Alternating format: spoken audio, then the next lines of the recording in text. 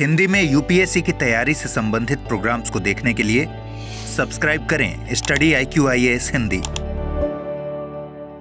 प्रसिद्ध पर्यावरणविद Charles Darwin ने अपनी बुक ओरिजिन ऑफ स्पीसीज में इस बात का वर्णन किया था कि यदि पृथ्वी पर मानव के जैसा रहना चाहता है तो वह केवल और केवल एक कार्य करे, विश्व के समस्त सदाबहार वनों को छोड़कर वह अपनी दुष्क्रियाएं अदर स्थानों पर संपन्न करे, या फिर यूं कहा जाए कि मानव कभी भी अमेजन वनों में प्रवेश ना करे। हम विश्व के समस्त सदाबहार वनों की यहां पर बात नहीं करेंगे, केवल और केवल अमेजन वनों के बारे में यहां पर हम समझने का प्रयास करेंगे, जिनके बारे में एक दावा किया जा रहा है कि यह वर्ष 2030 तक इनका लगभग 50% एरिया समाप्त हो सकता है। जरा ध्यान से आप मेरी बात समझिएगा कि आज जिन अमेजन वनों को हम देखते हैं ये वर्ल्ड में बहुत ही ज्यादा इंपॉर्टेंट रोल रखते हैं अपना। इसका मेन कारण है कि यहां पर लगभग 16,000 से अधिक प्रजातियां देखने के लिए मिलती हैं फ्यूना और फ्लोरा की, और इनका जो 60% एरिया है यह अकेले ब्राजील देश में विस्तृत है, और इसीलिए यह माना जाता है कि इनका मुख्यतः विस्तार ब्राजील में है। ऐसा नहीं है कि साउथ अमेरिका कॉन्टिनेंट में केवल और केवल यह ब्राजील में है। इसके अलावा Peru, Colombia, Bolivia, Ecuador, French Guiana, Suriname और वेनेजुएला क्षेत्रों में भी यह विस्तृत देखने के लिए मिलेंगे। एक अनुमानित डेटा के अनुसार लगभग 390 बिलियन पेड़ यहां पर मौजूद है। अब जरा सोचें आप कि अमेजन वन हमारे लिए कितने इंपॉर्टेंट है कि वर्ल्ड की किडनी और फेफड़ा इनको कहा जाता है, और कहा जाता है कि कांगो बेसिन के पश्चात ये वर्ल्ड में सबसे ज्यादा कार्बन सिंक के रूप में जाने जाते हैं। ये हमारे लिए इंपॉर्टेंट इसलिए भी है क्योंकि लगातार जलवायु परिवर्तन और वैश्विक तापन जिससे हम जूझ रहे हैं वर्तमान में, इसको कंट्रोल करने में विश्व के सबसे सदाबहार वनों का, विश्व के समस्त सदाबहार वनों का एक इंपॉर्टेंट रोल है। परंतु अमेजन और कांगो बेसिन जैसे क्षेत्रों का अपना एक महत्वपूर्ण रोल है। परंतु वर्तमान में संकट यह है कि इन अमेजन वनों के लिए जो ट्रीटी साइन की गई थी वर्ष 2006 में, जिसको नाम दिया जाता है protection deal for Amazon rain forest, ये 2006 में उन देशों की मध्यस्थता के साथ या फिर उन देशों के समर्थन के साथ बनाई गई थी जो भी देश अमेजन वन के साथ अपनी बॉर्डर क्रिएट करते हैं, अर्थात वे समस्त देश जिनका नाम मैंने पहले बताया, ब्राजील हो, कोलंबिया हो, वेनेजुएला हो, गुयाना हो, फ्रेंच गुयाना हो, सूरीनाम वाला एरिया हो। अब इस ट्रीटी के बारे में बताऊं उससे पहले भाई मैं आपको बता देता हूं, कारण यह कि आप बहुत जल्दी वीडियो स्किप कर देते हैं, नॉलेजेबल यदि होता है तो। इसकी यदि आपको PDF चाहिए हो तो आप टेलीग्राम चैनल से डाउनलोड कर सकते हैं। मेरे टेलीग्राम हैंडल का नाम है अभिषेक कुमार ज्योग्राफी, और ये जो मेरे सोशल मीडिया हैंडल्स हैं यहां पर आप ज्योग्राफी से रिलेटेड, एनवायरमेंट, इकोलॉजी से रिलेटेड डाउट पूछ सकते हैं। साथ ही साथ यदि मान लीजिए आपको 2025, 2026 या 2027 के लिए यूपीएससी की प्रिपरेशन करना है तो आप स्टडी IQIAS के हिंदी प्लेटफॉर्म के साथ जुड़ सकते हैं और अपनी तैयारी को और इवन अपनी सक्सेस को एंश्योर कर सकते हैं। इन तमाम बैचेस से जुड़ने के लिए आपको AKB लाइव कोड का यूज करना है, इतना ध्यान रखिएगा। देखिएगा कि जो protection deal for Amazon rain forest है, एक्चुअली ये बनाई क्यों गई थी, तो एक प्रकार का ये सोया अधिस्थगन थी, यानी कि इसको आप इंग्लिश में बोल सकते हैं 2006 का सोया मॉरेटोरियम। अब इसमें बोला क्या जाता है भाई, तो इसमें कहा यह जाता है कि जो ब्राजील वाला सेक्शन है ये बहुत ही ज्यादा फेमस है अपने सोयाबीन के सोया के उत्पादन के लिए। अब जिस एरिया में सोया का उत्पादन किया जाता है, जरा इस इमेज के जरिए आप समझ पाएंगे। यहां पर मैंने वह इमेज ले रखी है जहां पर अमेजन रेन फॉरेस्ट का मेनली विस्तार है। पूरे साउथ अमेरिका कॉन्टिनेंट की मैंने इमेज नहीं ली है, इतने भाग की मैंने इमेज उठाई है। और इस इमेज के अनुसार आप देखेंगे कि यह जो एरिया दर्शाया गया है ये वह क्षेत्र है जहां पर सोया का उत्पादन मुख्य आधार पर किया जाता था। अर्थात इस इमेज में आप पाएंगे कि भाई जो येलोइश वाला एरिया है यहां पर सोया का उत्पादन बहुत अधिक मात्रा में होता था। जो ग्रीन वाला भाग है यहां पर जो अमेजन वन का क्षेत्र था उसको कट किया गया था और यहां पर सोया का उत्पादन किया जाता था। और फिर आगे के इमेजेस में आप पाएंगे कि इसका विस्तार कंटिन्यूअसली बढ़ गया, अर्थात अलग अलग छोटे छोटे क्षेत्रों में सोया का उत्पादन होने लगा। फिर इस एरिया के एक स्पेसिफिक एरिया की स्टडी पर यह मालूम चला कि भाई यहां पर आसपास के एरिया में, अर्थात अमेजन के बॉर्डर लाइन में जिन लोगों के खेत हैं वहां पर वो कृषि तो करते हैं सोया की और अदर क्रॉप्स की, परंतु विस्तार की नीति के चलते ये कई बार इन वनों को नष्ट करते हैं। ऐसे आप समझ सकते हैं कि भाई ये भूमि है, इस भूमि के यहां तक अमेजन वनों का विस्तार पहुंच गया। कारण ये है कि ये जो रेन फॉरेस्ट होते हैं, सदाबहार वन होते हैं, ये अपना विस्तार कंटिन्यू करते हैं, ठीक है। और विस्तार करने की कंडीशन में वन एक प्रकार की प्राकृतिक संपदा है हमारे लिए। इसके बढ़ने को कौन रोक सकता है? तो इसके बढ़ने को जो रोक सकता है यह है मानव। अब मानव इन वनों की कटाई करता है। कारण यह है कि भाई ये बढ़कर हमारी भूमि को अधिग्रहित ना कर ले, और इसके लिए जब वनों की कटाई की जाती है तो अपेक्षा से अधिक कटाई करने पर अमेजन वन धीरे धीरे नष्ट होने लगते हैं। यह समस्या बहुत समय से चल रही थी और यह एक समस्या है। इसके अलावा भी अमेजन वनों की कटाई के अलावा और भी कई समस्याएं थी जिसके कारण अमेजन वन कंटिन्यूअसली नष्ट हो रहे थे। इसको ओवरकम करने के लिए हमने क्या किया, 2006 में एक प्रोटेक्शन डील लाई और इसके तहत कहा गया कि भाई आप वनों की कटाई को कम करेंगे। अब ये कम कैसे करना है, तो ये कोई बाइंडिंग इन नेचर नहीं है, अर्थात हम कोई ऐसा नियम नहीं बनाएंगे जिसका पालन आपको करना ही है। आप स्वेच्छा से, आप स्वयं समझदार हैं, आप अपनी जिम्मेदारी समझते हैं और आप यह जानते हैं कि भाई इन वनों की कटाई को कम करना क्यों आवश्यक है, अर्थात एक प्रकार की यह स्वैच्छिक प्रतिबद्धता थी। आप स्वयं समझदार हैं कि भाई यह डील कितनी ज्यादा इंपॉर्टेंट है, इसके महत्व को समझते हुए आप इसमें भागीदार बने।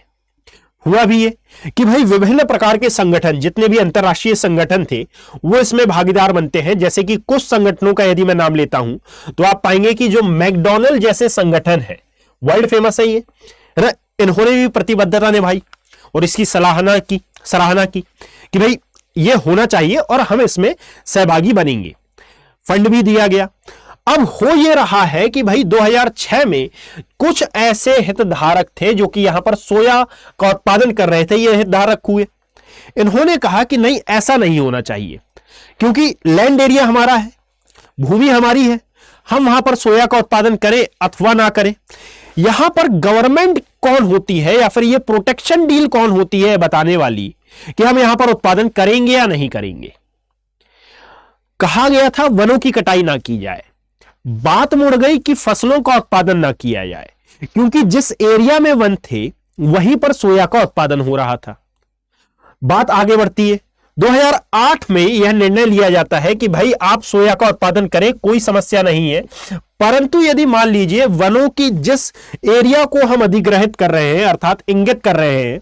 यदि उस एरिया में वनों की कटाई हुई, अब चाहे वो गैर वैधानिक हो या फिर वो वैधानिक हो, अर्थात आप गवर्नमेंट की परमिशन से करें अथवा गवर्नमेंट की विदाउट परमिशन के करें, और यदि वहां पर वनों की कटाई करके आप सोया का उत्पादन करते हैं तो आप पर कार्रवाई की जाएगी। अब ये तो एक बात, परंतु कालांतर में जो वनों की कटाई हो चुकी है उसका क्या, तो उसके लिए भी लॉ बनाया गया कि इस एरिया में कभी ना कभी, अर्थात जो क्षेत्र दिख रहा है इस एरिया में कभी ना कभी वन हुआ करते थे, आपने इनको कट किया है और यहां पर सोया का आप उत्पादन कर रहे हो। अब ये मैं अकेले ब्राजील के कंटेक्स्ट में नहीं, तमाम वे एरिया जहां पर भी सोया का प्रोडक्शन किया जाता है ना, ब्राजील तो एक मुद्दा है, परंतु याद रखिएगा तमाम क्षेत्रों के लिए फिर यह लॉ बनाया गया कि आप उस क्षेत्र में उत्पादन कर रहे हैं जहां पर पहले कभी वन हुआ करते थे, अर्थात इस एरिया को बचाना भी हमारी रिस्पॉन्सिबिलिटी है। तो अब वह एरिया जहां पर पहले वन हुआ करते थे, यदि आप वहां पर भी सोया का उत्पादन करते हैं तो इस पर भी हम प्रतिबंध लगा सकते हैं, अर्थात इसका आयात और निर्यात पर, मेनली आयात पर हम रोक लगा देंगे। अब यह जब बात उठी तो यहां पर दो ग्रुप आपको देखने के लिए मिल गए। एक वो ग्रुप जो कि इंटरनेशनल ब्रांड थे और इस डील का समर्थन कर रहे थे, और एक वे लोग अर्थात किसान और साथ में वे लोग जिनकी भूमि यहां पर अधिग्रहित हो गई थी, जो यहां पर भूमि होते हुए भी सोया का प्रोडक्शन नहीं कर पा रहे थे। अब यहां पर होता यह है कि भाई इसको जब इतने सारे गुटों का, इतने सारे इंटरनेशनल खाद्य कंपनियों का समर्थन मिला तो ये बहुत अच्छे तरीके से लागू हुई। 18 वर्षों में इस पर रोक भी लगी, इसके संरक्षण की कहानी की सराहना भी की गई, और इवन बात यहां तक पहुंच गई कि 17,000 वर्ग किलोमीटर तक की वनों की कटाई पर रोक लगा दी गई, अर्थात एक अच्छी सफलता थी। वर्तमान में यह न्यूज इसलिए बनी हुई है क्योंकि इस पर जो अब चूंकि यह स्वैच्छिक समझौता था, है ना। तो आज वर्तमान में जो ब्राजील के राजनेता हैं, कृषि व्यवसाय संगठन के अधिकारी हैं और साथ में जो वैश्विक व्यापारी हैं, वो बोल रहे हैं कि भाई चूंकि ये एक स्वैच्छिक समझौता था, अब हम ये चाहते हैं कि पहले जो नियम, कानून, कायदे, शर्तें इस प्रोटेक्शन डील में बनाए गए थे उनको थोड़ा सा संशोधित किया जाए, और यदि संशोधित किया जाता है तो फिर विभिन्न पर्यावरणविदों का यह कहना है कि यदि संशोधित इसको किया जाता है, अर्थात इसमें ढील दी जाती है कि भाई पहले जितने भी नियम थे वे थोड़े सख्त वाले थे और उनके द्वारा इन किसानों पर लगाम रखी जाती थी। ये स्वयं भी पर्यावरण के प्रति जागृत थे, परंतु आप जानते हैं कि मानव का नेचर, मानव की टेंडेंसी क्या है, इसलिए थोड़ा सा सख्त होना पड़ता है। अब वर्तमान में जब इन्होंने कहा है कि हम इसके पक्ष में नहीं है, हम ये चाहते हैं कि आप इस पूरे के पूरे प्रोटेक्शन डील में कुछ संशोधन करें, तो इनका कहना है कि सर यदि इसमें संशोधन किया जाता है और आपको थोड़ी सी यदि ढील दी जाती है तो मानव पर्यावरण को इतना अधिक क्षति पहुंचाएगा कि 2030 तक ये जो अमेजन वन है इनका आधा भाग नष्ट हो सकता है। अब क्यों, यदि नष्ट हो भी गया तो क्या समस्या क्या है? क्योंकि वर्तमान में तो इंडस्ट्रियल रिवॉल्यूशन इतना ज्यादा बढ़ा है और साथ में मानव अपनी गतिविधियों के चलते इतने वनों को काट रहा है, तो थोड़े वन और सही। एक्चुअल में समस्या ये नहीं है, ये जो अमेजन वन है ये विश्व स्तर पर अपना महत्व रखते हैं और ये कितने अधिक महत्वपूर्ण है आप इस बात से अंदाजा लगाएं कि एक्चुअली हम जितना भी कार्बन उत्सर्जन करते हैं पूरे वर्ल्ड में, उनको कंट्रोल दो तीन स्थानों पर पाए जाने वाले सदाबहार वन ही कंट्रोल करते हैं। यानी कि अभी वर्तमान में जितना ज्यादा पॉल्यूशन हो रहा है इसको ओवरकम कर रहे हैं ये सदाबहार वन, और यदि यही नष्ट हो गए तो इनके नष्ट होने के 100 वर्ष के भीतर मानव समाज इस धरती से खत्म हो जाएगा।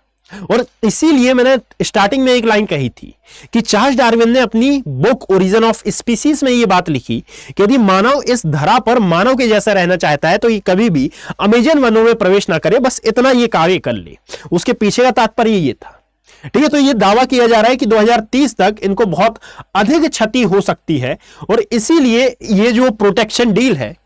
इसमें संशोधन किया जाना संभव नहीं है। परंतु संशोधन क्या किए जाने हैं और एक्चुअली ये मांग क्या है, जरा इसके बारे में हम समझते हैं। देखो, अब जो वर्तमान मॉडल है ये, इससे तो आप वाकिफ हैं, तो इनका कहना है कि भाई किसानों और उपभोक्ताओं दोनों की मांगों को आप पूरा करने का यहां पर प्रयास करें, अर्थात जो यहां पर प्रोडक्शन करते हैं और साथ में जो इस क्षेत्र पर निर्भर हैं, आप इन दोनों की ही मांगों को पूरा करने का प्रयास करें। ऐसा नहीं होगा कि भाई आपने अपनी शर्त रख दी और किसानों और उपभोक्ताओं की शर्त आपने मानी ही नहीं। अब जो समूह है उनका कहना है कि सर यदि ये किया गया तो इस सुधार से बहुत बड़ी खामी पैदा हो सकती है, और ये बड़ी खामी क्या है ये मैंने अभी बताया। ठीक है, साथ में जो world wide fund for nature है अर्थात एक समूह, ठीक है, इसके बारे में मैंने बहुत बार बताया था कि जैव विविधता और पर्यावरण को मानव हस्तक्षेप से बचाने के लिए ये एक एनजीओ टाइप की संस्था है, यानी कि नॉन गवर्नमेंटल ऑर्गेनाइजेशन है, वह भी इसके समर्थन में उतरा है और उसने कहा है कि यदि इस सोया प्रतिबंध को समाप्त किया जाता है तो इससे जो सोया उत्पादन है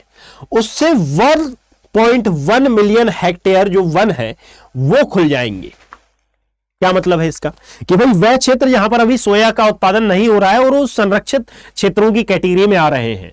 यदि आपने थोड़ी भी ढील दी तो मानो इसका विस्तार करेगा, और जब विस्तार करेगा तो कहीं ना कहीं डायरेक्ट इनडायरेक्टली इन वनों का खात्मा हो सकता है और जो वर्षा पैटर्न है इसमें कहीं ना कहीं चेंजेस आ सकते हैं। और वर्षा पैटर्न बहुत आगे की बात हो गई, परंतु शुरुआत इस क्षेत्रीय स्तर पर हो जाएगी और इसीलिए कहा जा रहा है कि भाई ये जो वन है यदि इनकी कटाई की जाती है और यदि किसानों को थोड़ी सी ढील दी जाती है, किसानों और उपभोक्ताओं को, तो ये जो 300 मिलियन टन CO2 उत्सर्जित करने वाले क्षेत्र हैं ये घट जाएंगे और इसके कारण पूरे के पूरे वर्ल्ड पर बहुत बड़ा नकारात्मक प्रभाव हमको देखने के लिए मिल सकता है। और इसीलिए यह जो protection deal for Amazon rain forest है इस पर वर्तमान में बहस चल रही है कि सर इसको संशोधित किया जाए अथवा ना किया जाए, क्योंकि संशोधन किया जाना इन अमेजन जैसे प्राकृतिक वनों के लिए हो सकता है कि खतरा साबित हो जाए। याद रखिएगा कि ये जो पूरा का पूरा मुद्दा उठा है, ये एक्चुअल में क्यों उठा है, क्योंकि अगले सप्ताह यानी कि नेक्स्ट वीक ही जो ब्राजील है, वहां पर जो सोयाबीन का मुख्य संगठन है Brazilian association of vegetable oil industries, इसको शॉर्ट में कहा जाता है ABIOVE, है ना, ये अपने सदस्यों के साथ मीटिंग करेगी और मीटिंग में ही यह मतदान होता है कि भाई ऐसे जो तमाम एनवायरनमेंट के लिए जो मुद्दे हैं उन पर हम कितने राजी हैं। और उससे पहले ही इन्होंने बोला है कि भाई इसकी प्रभावशीलता को या तो खत्म किया जाए या फिर कम किया जाए, क्योंकि इससे क्षेत्रीय स्तर पर हमको नुकसान हो रहा है।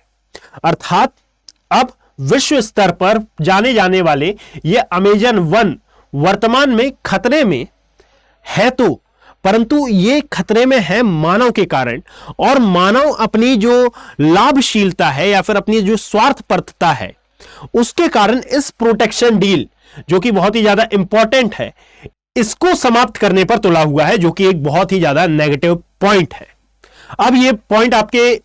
यूपीएससी पॉइंट ऑफ व्यू से कहां पर इंपॉर्टेंट है भाई, ये पूरी की पूरी न्यूज तो याद रखिएगा, जो एनवायरमेंट इकोलॉजी वाला सेक्शन है वहां पर जब आप अमेज़न रेन फॉरेस्ट के बारे में पढ़ते हैं या फिर अमेज़न बायोम के बारे में जब आप पढ़ते हैं, तो इसका करंट सिनेरियो आपको वहां पर नोट डाउन करना है। वीडियो कैसा लगा ये आप मुझे कमेंट सेक्शन में बताइएगा और इसको ज्यादा से ज्यादा शेयर करने का प्रयास करिएगा। और यदि स्टडी IQ IAS हिंदी के P2I बैचेस से या फिर किसी भी बैचेस से आपको जुड़ना है तो आप AKB लाइव कोड का यूज कर सकते हैं, जिससे आपको मैक्सिमम बेनिफिट्स अवेलेबल कराए जाएंगे। धन्यवाद। हिंदी में यूपीएससी की तैयारी से संबंधित प्रोग्राम्स को देखने के लिए सब्सक्राइब करें स्टडी IQ IAS हिंदी।